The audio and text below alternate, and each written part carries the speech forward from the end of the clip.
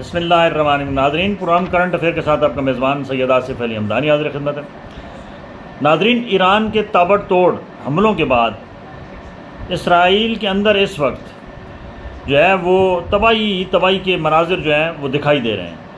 और जो आलमी ताकतें हैं, जो इस्लाम दुश्मन और मुसलमान दुश्मन हैं, उन्होंने सर जोड़ने शुरू कर दिए। और ये बिल्कुल कुरान मजीद के उस एकाम की रोशनी में साफ नज़र आ रहा है कि यहूद व नसारा तुम्हारे कभी दोस्त नहीं हो सकते। अब इसराइल की आवाम जो है वो झोलियाँ फैला के माफ़िया मांग रही है कि हमें माफ़ किया जाए,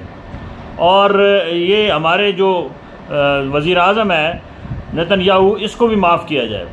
लेकिन क्योंकि वाज़ेह तौर पे ईरान ने तमाम आलमी ताकतों को जवाब दे दिया है कि अब जब तक इसका इसराइल का नामो निशान नहीं मिट जाता तब तक हम जो है ये जंग जारी रखेंगे। दूसरी जानिब अमेरिका, जो कल तक कहता था कि हम इस जंग में शामिल नहीं हैं, वो बाज़ाब्ता इस जंग में शामिल होने के लिए अब जो है वो तैयार हो चुके हैं। और ट्रंप ने जो बाकी उसके इत्तेहादी हैं, जापान, उसके बाद बरतानिया और फ्रांस, ये जितने बाकी गैर मुस्लिम ममालिक हैं, उनको जो है उसने कहा है कि जंगी साजो सामान के साथ जो है वो इस जंग के लिए तैयार हो जाओ। सफ बंदी हो रही है। और दूसरी जानिब वाज़ेह तौर पे ईरान के साथ जो है वो चीन और जो है वो रूस वो खड़े हैं, और ये एक बिल्कुल वाज़ेह अब लकीर नज़र आ रही है कि दो हिस्सों में आलमी ताकतें जो हैं वो बढ़ चुकी हैं। इस वक्त जो सूरत हाल है, ईरान के तेहरान को निशाना बनाने के लिए आज रात को जो है वो इसराइल जो है वो बड़े हमले की तैयारी कर रहा है, और तेहरान के शहरियों को जो है वो मैसेजेस जा रहे हैं कि आप जो है वो शहर छोड़ जाएं। इसी तरीके से ये क्योंकि एक टेक्नोलॉजी है साइबर क्राइम की, इसी तरीके से जो इसराइल के शहर हैं, जो बड़े शहर हैं, तेल अवीव हो गया, हनफिया हो गया, वहाँ पे भी जो है वो ये पैगामात जा रहे हैं कि ये शहर छोड़ दें, ये मुल्क छोड़ दें, क्योंकि अब बड़ी जंग जो है वो तबाही फेरेगी, लिहाजा आप अपनी अपनी जानें बचाएं। जो अब तक इतलात हैं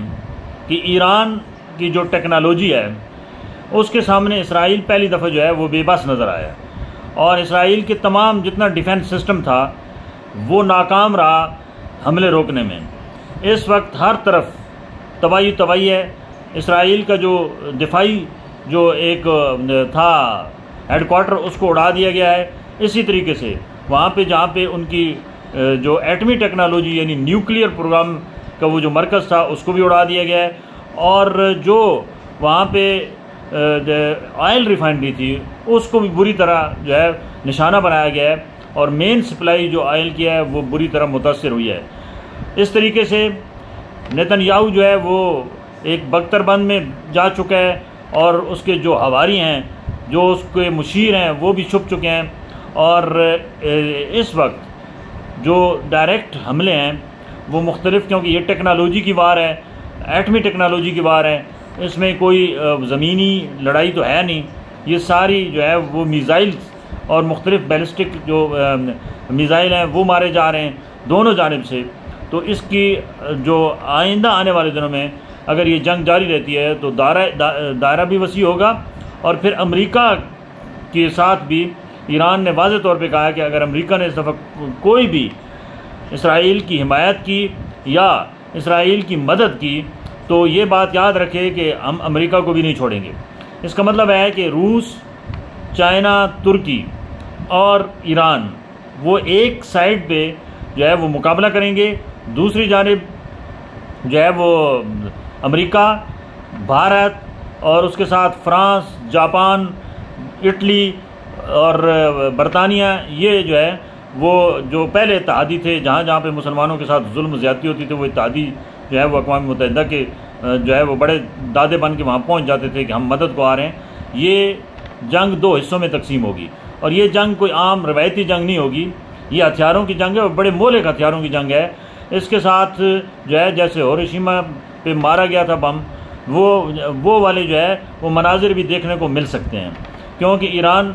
बिल्कुल अब बाई हुक एंड क्रुक किसी सूरत भी छोड़ने को तैयार नहीं है। और वो कहते हैं कि हम जो है वो एटमी टेक्नोलॉजी भी हासिल करेंगे, और इनके जो मुसलमानों के दुश्मन हैं और वाज़े तौर पे जो सिपह सालार हैं, जो उनके सुप्रीम लीडर हैं आयतुल्लाह ख़ामनेई ईरान के, उन्होंने वाज़े तौर पे दो टोक अल्फाज में कहा है कि ये लड़ाई जो है ये किसी फ़िरके की नहीं है, ये किसी मुल्क की नहीं है, ये लड़ाई इस्लाम और कुफ़ार की है। तो इंशाअल्लाह इस्लाम को जो है इस पर गलबा होगा। और उन्होंने कहा कि हमारा जो है वो कुव्वत ईमानी है कि करबला से ये मामला चला है और ये जो है वो रोज़े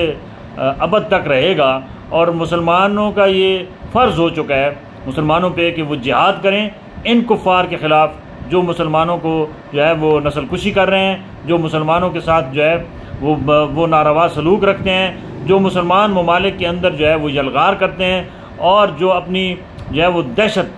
जो है वो कायम रखने के लिए तमाम हरबे इस्तेमाल करते हैं। इस वक्त ये जंग जो है वो तूल भी पकड़ रही है, और इस जंग का जो दायरा है, इसकी जो आग है वो फैलेगी, और कभी भी हिमाकत नहीं करनी चाहिए अमेरिका को इसराइल जैसे छोटे से मुल्क को बचाने के लिए, क्योंकि इससे अमेरिका की भी जो है वो शामत आ सकती है, और अमेरिका के दिन भी जो है वो बुरे हो सकते हैं। जैसे इसराइल के अभी जो मनाजिर दिखाए जा रहे हैं ये कल तक फ़लस्तीन के मनाजिर थे। तो लिहाजा अमेरिका को बहुत मोहतात होना पड़ेगा, क्योंकि ट्रंप ये गुस्से में अगर कोई भी फैसला करेगा तो उसका अंजाम इबरतनाक होगा, क्योंकि ईरान ने अब किसी सूरत भी इनको नहीं छोड़ना है। और ईरान के साथ साथ जो है वो इस खित्ते की सबसे बड़ी जो ताकत है वो चीन है, वो भी खड़ी है, और रूस भी खड़े हैं। बहुत शुक्रिया।